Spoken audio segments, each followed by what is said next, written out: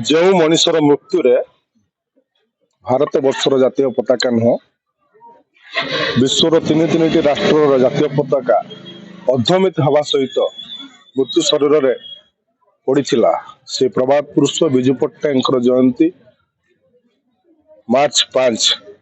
आज आगरपड़ा विजु जनता दल मुख्य प्रशांत दास नेतृत्व में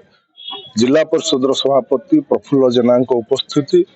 तीन तीन गोटी आमर समस्त सरपंच उपस्थिति विशिष्ट वरिष्ठ नेतृत्व श्रीनाथ महांती एवं जैनुल आबेदीन फतु रथ समस्त कर्मी मान नेतृत्व में आज एक विराट पटुआर रे विजु बाबू प्रतिमूर्ति रे माल्यार्पण करी एठारे मेडिकल ठारे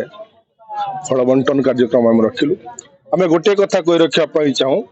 एक कथा आज नुआ नुह एटा प्रतिवर्ष आम बहु आडंबर रे विजु पट्टनायक जन्म जयंती को पालन करूँ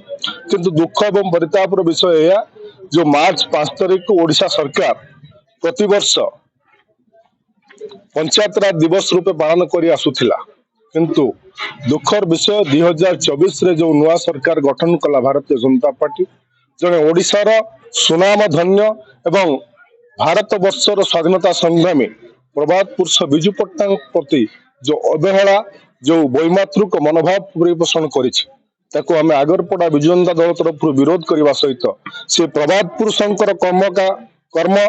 ओडिशा पाई जो स्वाधीनता संग्राम ठारू ओडिशार जनजीवन ओडिशार पंचायत राज व्यवस्था ओडिशार भित्तिभूमि ओडिशार 13 गोटी जिल्लारू 30 गोटी जिल्ला परिवर्तन करिवार जो कर्णधार थे विजु पट्टनायक से विजु पट्टनायक जो भी रुहतु ना कहीं ओडिशा पाई एवं ओडिशार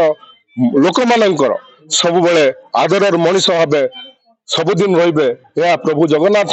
पाखरे प्रार्थना करने सहित तांकर सुपुत्र आमर प्रिय पूर्वतन मुख्यमंत्री नवीन पट्टनायक जमिति पुणी आगामी दिन में 2029 मसीह ओडिशार कर्णधार होई मुख्यमंत्री हूँ यह प्रभु जगन्नाथ को प्रार्थना करी मु मोर आपण मानकु मोर वक्तव्य एवं आपण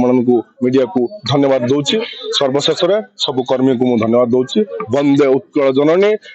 बीजेडी जिंदाबाद बीजेडी विजु पट्टनायक अमर विजु पट्टनायक अमर शंख चिन्ह जिंदाबाद।